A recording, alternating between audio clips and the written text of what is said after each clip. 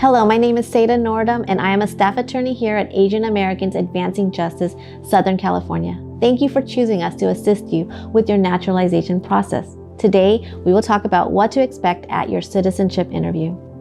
Once you have gone through security and are in an assigned room, you will be checking in with the receptionist, and you will need to have your green card and interview notice readily available. It is possible you may be fingerprinted and photographed by the receptionist.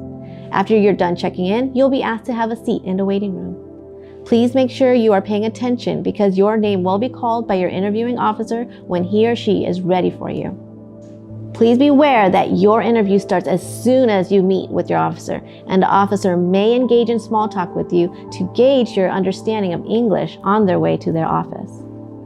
Once inside, the officer will have you raise your right hand and place you under oath by promising to tell the truth.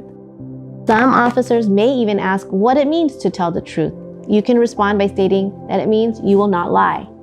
The officer will need you to show your identification, including your green card, state identification, and passport before starting the interview.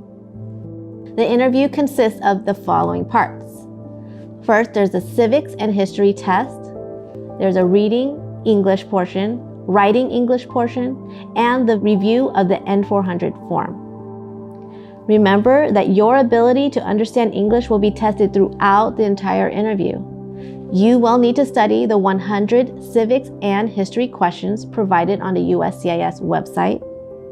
You are not required to attend the civics courses, but you may find them helpful. You can always refer to the USCIS website for study materials if you choose to study on your own. The officer will read aloud to you 10 of these questions at random, and you must answer verbally to at least 6 of them correctly. If you're not able to pass this portion, the officer may end the interview there.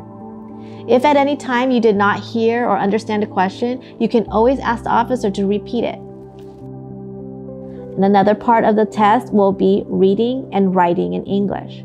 For this part of the test, the officer will have you read a sentence that appears on a tablet in front of you and then write a sentence that he or she reads out loud on that same tablet. You will be given up to 3 sentences to attempt to read and write. If you're not able to pass this portion, the officer may end the interview there. The review of the N400 form is not only to confirm that the information is still accurate, but also to test your understanding of English. Make sure to go over your N400 so you know how you answered all the questions on the form. If you can't remember exact dates, you can always provide an estimate or ask the officer if you can refer to your form. If the officer feels you're not understanding them, they may ask you to define certain words.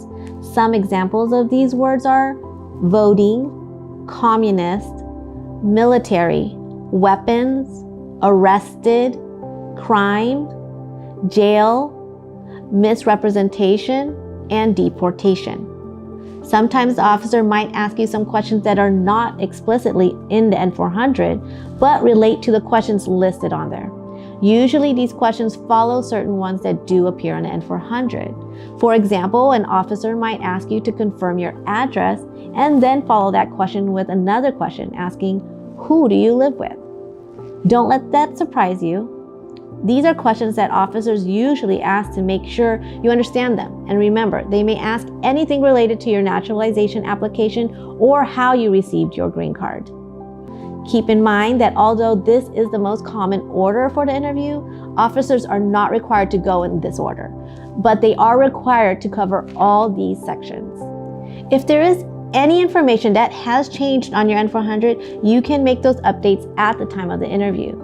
Any address changes can be made at the interview, but should be done as soon as possible on the USCIS website or by calling the customer service hotline.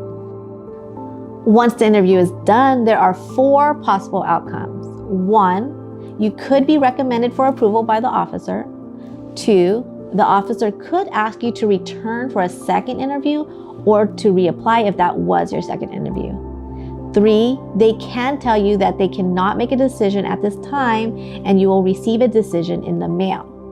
And 4, they can ask for you to provide additional documents. This is known as a request for evidence or a notice of continuation. And you must respond with the information that is requested before the due date. If you need help with this, please contact our office. If your application is approved, you will receive an oath ceremony notice by mail. Remember, you are not a citizen until you attend your oath ceremony and take the oath of allegiance. We hope this information was helpful to you. If you have any further questions, please contact our office, and we wish you the best of luck.